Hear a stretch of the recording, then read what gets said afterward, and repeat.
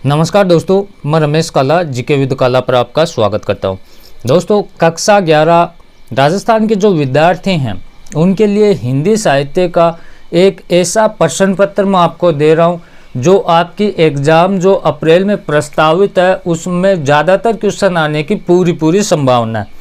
तो एग्ज़ाम से पहले इस प्रश्न पत्र को आप तैयार कर लेते हो तो काफ़ी क्वेश्चन आप सही करके आओगे। दोस्तों, एग्ज़ाम से पहले इस पेपर में क्या क्या चीज़ है, कौन से सेक्शन में कितने नंबर का, कहाँ से क्वेश्चन आ रहा है, सारी डिटेल इसमें एग्ज़ाम से पहले आप जान लेते हो तो एग्ज़ाम में एक अच्छा स्कोर कर पाओगे। पूर्णांक आपका 80 नंबर का रहेगा, 3.25 घंटे का आपका टाइम रहेगा। फिर परीक्षार्थियों के लिए सामान्य निर्देश है, आपको पता है कि पहले रोल नंबर लिखना है, सभी प्रश्न करने अनिवार्य है, प्रत्येक प्रश्न का उत्तर पुस्तिका में लिखना है और जिन प्रश्नों में आंतरिक खंड हैं उन सभी के उत्तर एक साथ लिखने अथवा वाले की बात चल रही है। प्रश्न का उत्तर लिखने से पूर्व प्रश्न का क्रमांक अवश्य लिखें, ठीक है, समझ गए। उसके बाद में यहाँ महत्वपूर्ण चीज़ आ जाती है दोस्तों, इसमें आपको क्या करना है कि एग्ज़ाम से पहले इस चीज़ को आपको समझना होगा कि हिंदी साहित्य के पेपर में क्या क्या सिस्टम रहता है। तो आप देखें, अधिगम क्षेत्र दे रखा है, एक तरफ अंक दे रखा है, तो अपठित गद्यांश और काव्यांश आपके 16 नंबर के रहेंगे। रचनात्मक और व्यवहारिक लेखन आपके 20 नंबर के रहेंगे। पाठ्य पुस्तक अंतरा आपके 32 नंबर के और अंतराल आपका 10 नंबर का रहेगा, ठीक है। इस प्रकार से आपका प्रश्न पत्र रहने वाला है। उसके बाद में आपके अपठित जो गद्यांश आएंगे उसको किस प्रकार से आप सॉल्व करें। एग्जाम से पहले दोस्तों इनकी आप अच्छे से प्रैक्टिस कर लें। जैसे निम्नलिखित अपठित गद्यांश को ध्यानपूर्वक पढ़कर नीचे लिखे प्रश्नों के उत्तर दीजिए। तो कैसे आपको प्रश्नों के उत्तर निकालने हैं, ध्यान से इस चीज़ को आप देखें।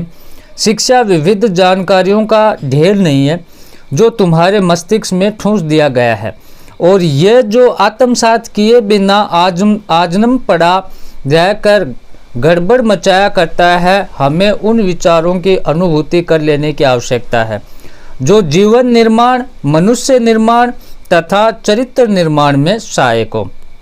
यदि तुम केवल 5 ही परखे हुए विचार आत्मसात कर उनके अनुसार अपने जीवन को, चरित्र का निर्माण कर लेते हो तो तुम एक पूरे ग्रंथालय को कंठस्थ करने वाले की अपेक्षा एक शिक्षित हो सकते हो। यदि शिक्षा का अर्थ जानकारी होता तो पुस्तकालय संसार में सबसे बड़े संत हो जाते और विश्वकोश महान ऋषि बन जाते।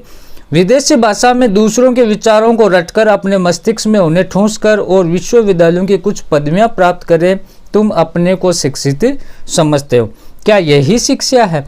तुम्हारी शिक्षा का उद्देश्य क्या है?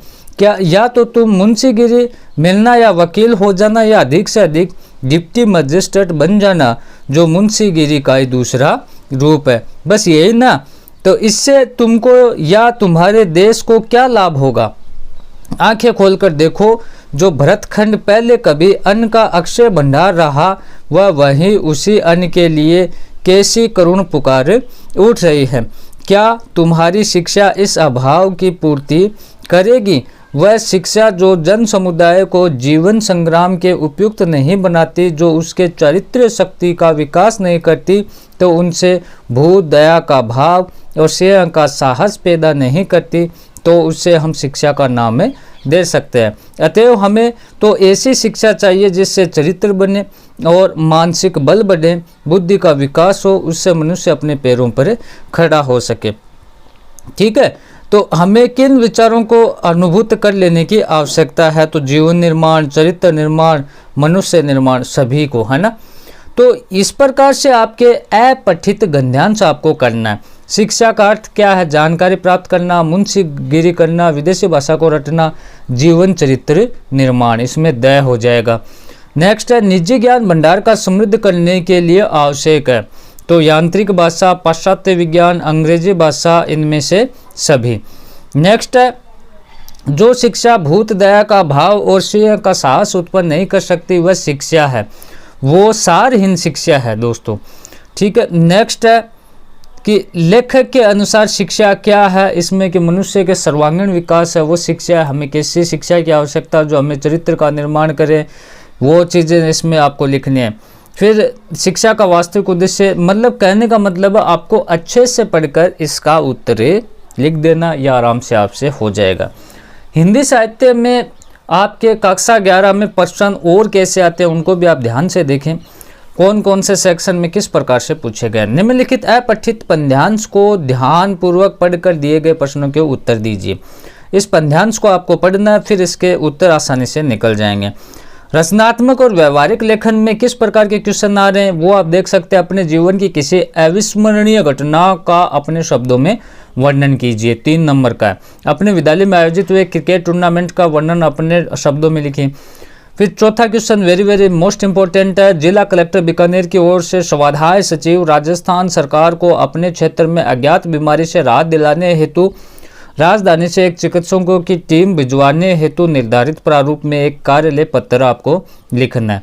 अथवा में क्या चीज़ है वो भी देखें। अपने क्षेत्र के पंचायत प्रारंभिक शिक्षा अधिकारी को एक आवेदन पत्र लिखकर उसमें अपनी योग्यता एवं अनुभव आदि का उल्लेख करते हुए अंशकालीन अतिथि शिक्षक के पद पर नियुक्त करने का निवेदन किया गया हो।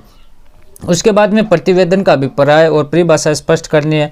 आदर्श प्रतिवेदन की आपको विशेषता लिखनी है। प्रेस विज्ञप्ति किसे कहते हैं, प्रेस विज्ञप्ति में प्रेस नोट में अंतर आपको बताना है।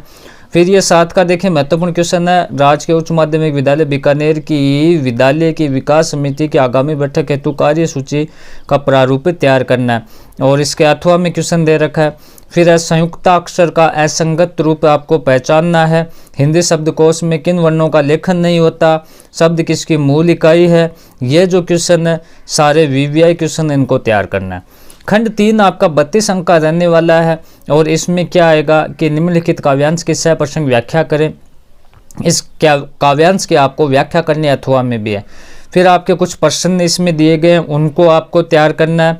फिर गद्यांश की सह प्रसंग व्याख्या करनी है। इस प्रकार से ये जो हिंदी साहित्य का पेपर अगर आप सोल्व कर लेते हो तो आप मेन एग्जाम में काफ़ी अच्छे अंक लेकर आओगे। हमारा एक चैनल और है, उस पर कक्षा 11 से संबंधित आपको वीडियो मिलेगा। काला की पाठशाला, इस चैनल की कम्युनिटी में डिटेल है, वहाँ जाकर आप देख सकते हैं। धन्यवाद साथियों।